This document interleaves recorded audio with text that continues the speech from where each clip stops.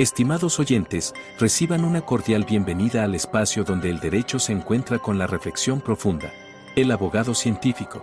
Este foro es nuestra dedicación a explorar las intersecciones entre las disciplinas jurídicas y el pensamiento crítico, ofreciendo un escenario para el diálogo intelectual y el desarrollo personal en el mundo del derecho. Acompaña a Andrés Arellano en este viaje de indagación y descubrimiento. Cada capítulo está diseñado para profundizar en cómo el razonamiento analítico influye y fortalece nuestras prácticas legales, desafiando las convenciones y fomentando un entorno de aprendizaje basado en la comprensión y el razonamiento lógico. El abogado científico se compromete a ser una ventana a la exploración de conceptos jurídicos a través de la lente de la metodología y filosofía científica, con un fuerte enfoque en el análisis crítico y la evidencia. Este enfoque nos permitirá abordar temas desde una perspectiva única, desentrañando las complejidades del derecho y promoviendo una práctica legal más reflexiva y fundamentada. Así, los invito a embarcarse en esta aventura de conocimiento, donde juntos exploraremos los principios que forman la esencia de la abogacía. Prepárense para un viaje hacia la comprensión profunda y el enriquecimiento intelectual. Bienvenidos a El Abogado Científico.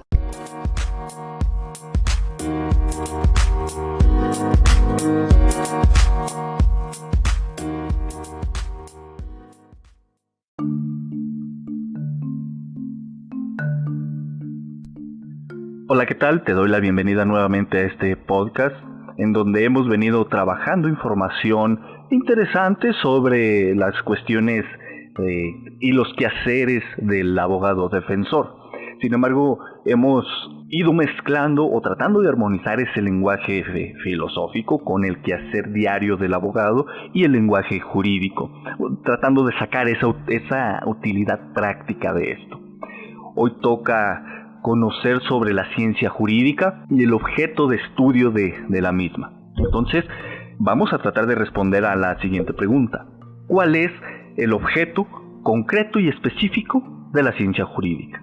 Vamos a hablar sobre esas características del derecho.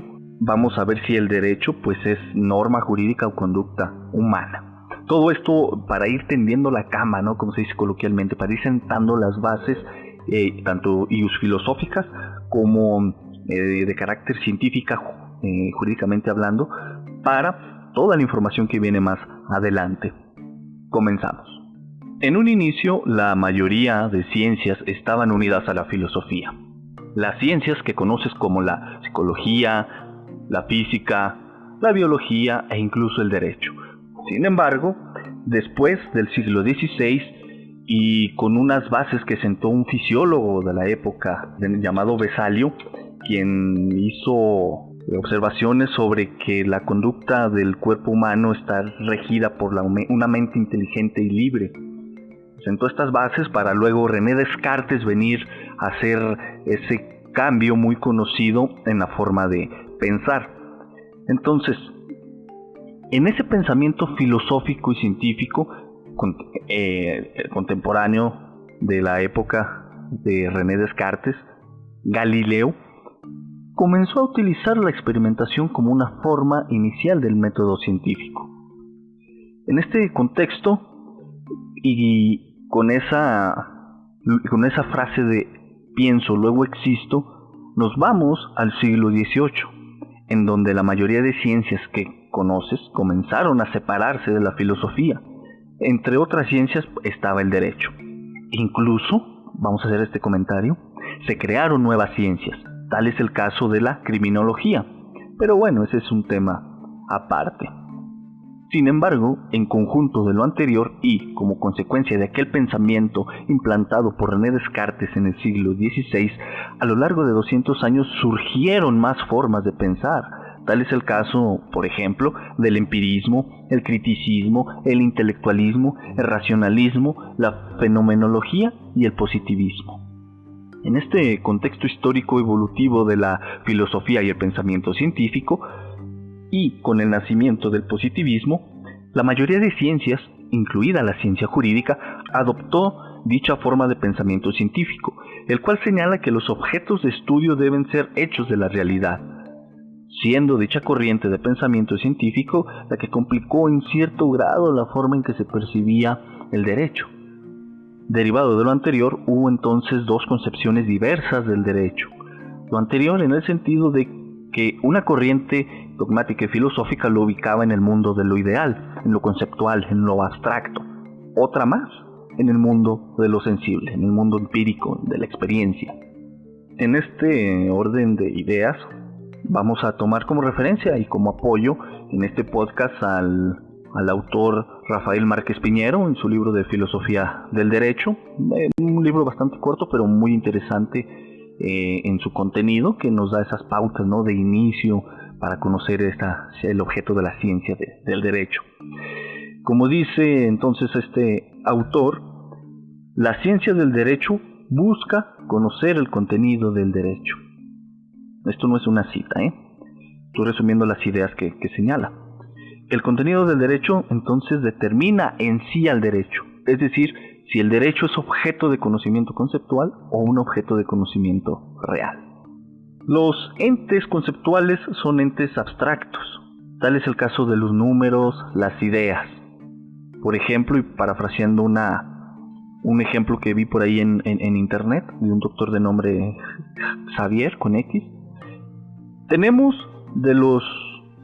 concepción de los números, el número 1, el número 2, el número 4, sin embargo no sabemos en la realidad empírica, o sea, en la realidad sensible, cómo es el número 1 o el número 2 o el número 4, sino que los conocemos en sentido abstracto, en sentido conceptual, en el mundo de las ideas, por lo que no podemos percibirlos a través de nuestros sentidos.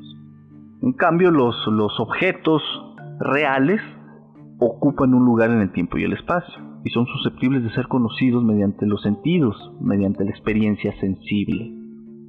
Sin embargo, para efectos de poder identificar si el derecho es, pues, un objeto ideal o real, debemos dirigir nuestra atención a dos posturas relevantes que aún se siguen discutiendo en épocas actuales. La que conforman Legaz Lacambra y Hans Kelsen por un lado, y Carlos Cosio por el otro. Ahora aquí es donde este podcast comienza a ponerse interesante y quizá un poquito complejo. Te pido que pongas mucha atención a las proposiciones e ideas que estarás escuchando, lo anterior para efectos de que no caigamos en confusión. Respecto a Legaz Lacambra, señala que el objeto de la ciencia jurídica son las normas de derecho, en cuanto son objetos ideales e intemporales.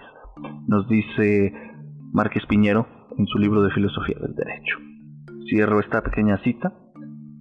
En una postura similar está Hans Kelsen, con su teoría pura del derecho, el cual señala a la norma como un juicio hipotético, señalando que el objeto del derecho son las normas jurídicas y la sanción es lo que le da ese carácter de distinción al derecho en comparación con otras ciencias. Es decir, la sanción es lo que le da ese carácter de ciencia y también de distinción al derecho, puesto que Hans Kelsen buscaba en qué se diferenciaba la ciencia jurídica de las ciencias naturales, como la física, la química, o de las ciencias abstractas, como la lógica. Entonces, Hans Kelsen estaba centrado siempre en la norma jurídica, no en la conducta humana, sino que veía a la persona como el sujeto a quien iba dirigida la norma y quien, además, sufría las consecuencias de su transgresión mediante la imposición de una sanción a esa norma, a esa regla de deber ser. Con este contexto, cabe señalar entonces que Hans Kelsen desarrolló su teoría pura del derecho mediante la aplicación de la lógica. Por otro lado está Carlos Cosio y su teoría egológica del derecho. Cosio, para elaborar su teoría, se apoya en la filosofía existencialista en la cual era representada por Heidegger y Jean-Paul Sartre. Dicha filosofía, en el caso de Heidegger, refería que el hombre estaba arrojado a la vida en un constante devenir, es decir, estaba eyectado a la vida y la cual iba construyendo mediante diversa toma de decisiones. Por otro lado, Jean-Paul Sartre señalaba principalmente que el hombre estaba condenado a ser libre, era su postulado principal, lo que significaba que el hombre ya era libre y no era necesario que se reconociera esa libertad. Entonces, guiado por estas premisas y otras más, Cosio señala una libertad metafísica, la cual es una característica fundamental del hombre, en palabras de Márquez Piñero. y mediante esa libertad entabla relaciones con otros, siendo que en esa interrelación con el otro entrega el carácter real del derecho en el sentido de que el derecho es conducta humana observable. A esta conclusión llegó Cosio aplicando el método fenomenológico de Husserl. Como ejemplo de esto que te he comentado está una compraventa en donde de la relación entre un sujeto A y un sujeto B surge esta relación surge por el interés y decisión del sujeto A de obtener la mercancía que vende el sujeto B. En ambos hay una decisión y libertad de realizar ese acto. Al momento en el que el sujeto A paga al sujeto B, de ahí nace empíricamente el derecho de A de reclamar la entrega de la mercancía y la obligación de B de entregarla. O bien también le nace un derecho a B de pedir el pago del resto del monto que se adeude por la mercancía.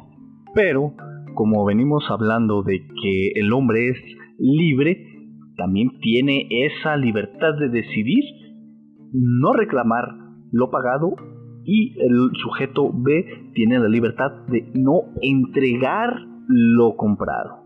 Entonces, en esta decisión, y es que es de carácter negativa, pues le recaería el carácter sancionador de la norma para ese respectivo orden conductual en esa interrelación individual de sujetos.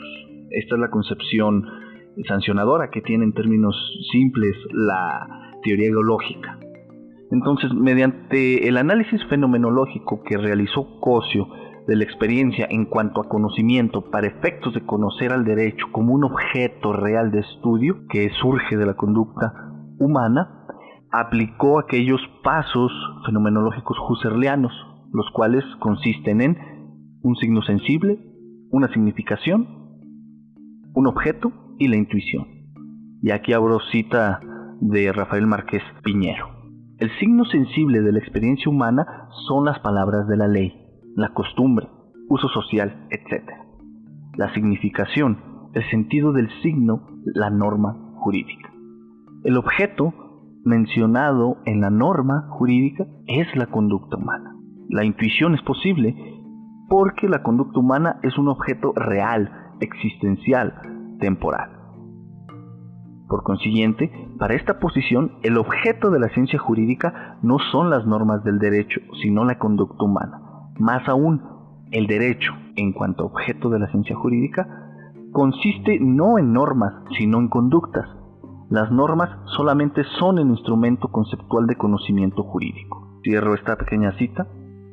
Entonces, en este sentido y comparándolo con la Cámara, la significación de la norma es lo que las palabras de la ley significan, y el objeto de esas palabras de la ley es la significación de la norma en vez de la conducta.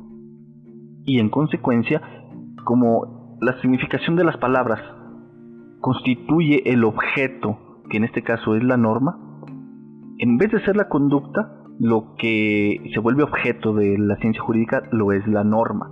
Y en consecuencia, al ser una norma un objeto ideal, no puede percibirse empíricamente, en la realidad, en el mundo sensible. Entonces, para Cosio, la conducta humana es el origen del derecho, y este se eleva socialmente mediante la normatividad vigente existente que señala como deber ser el comportamiento de aquella conducta humana. Esto dentro de la interrelación social de los individuos. En este sentido, yo coincido en cierto modo con Rafael Márquez Piñero en el sentido de que el derecho le reviste una ambivalencia como consecuencia de la conducta humana y la conducta humana como objeto de estudio. Es decir, el derecho dimana de la conducta humana, y ahí tenemos a la conducta humana como un primer punto de estudio, y por otro lado está ya el derecho en su sentido normativo. Todo lo anterior, ¿para qué le sirve al abogado en la práctica? Sirve para poder identificar primero, de manera individual, cómo es que tú percibes el derecho, ya que de esa percepción de la realidad jurídica crearás tu propio modo de litigar y criterios jurídicos y aplicación de metodologías, ya que en su momento, incluso en algún caso, te puede ayudar a determinar las causas y consecuencias de la conducta del cliente, o sea, causas y consecuencias jurídicas de la conducta del cliente. Pues tienes claro lo que es la ciencia jurídica y cuál es el objeto de estudio de la ciencia. Entonces, de ahí poco a poco vas bajando o deduciendo, en términos más correctos, vas deduciendo e infiriendo características y cualidades del hecho, materia del caso concreto, ¿sí? No solamente en materia penal, sino en muchas otras ramas del derecho. Toda esta información y toda esta percepción que tenemos del derecho se vierte de alguna o de otra manera en nuestros argumentos, por lo que incluso ahí dejamos ver y damos a entender el conocimiento que tenemos sobre el derecho como objeto de estudio jurídico. Entonces, estas reflexiones espero te hayan ayudado a identificar de manera concreta el objeto de conocimiento del derecho. Por un lado, la teoría pura del derecho de Hans Kelsen, en donde el objeto de la ciencia jurídica es la norma jurídica, y la teoría ecológica, en donde el objeto de estudio de la ciencia jurídica es la conducta humana. Es un debate que todavía sigue dando para muchísimo. En este sentido, esperemos te puedas identificar con alguna de las dos posturas o incluso alguna más. Te invito a escuchar los otros podcasts si es que este es el primero que escuchas. Si tienes alguna pregunta, observación o quisieras que trate un tema, puedes mandarme un audio, un mensaje de voz para yo poder escuchar e incluso responder a esa cuestión que me planteas. Hasta luego.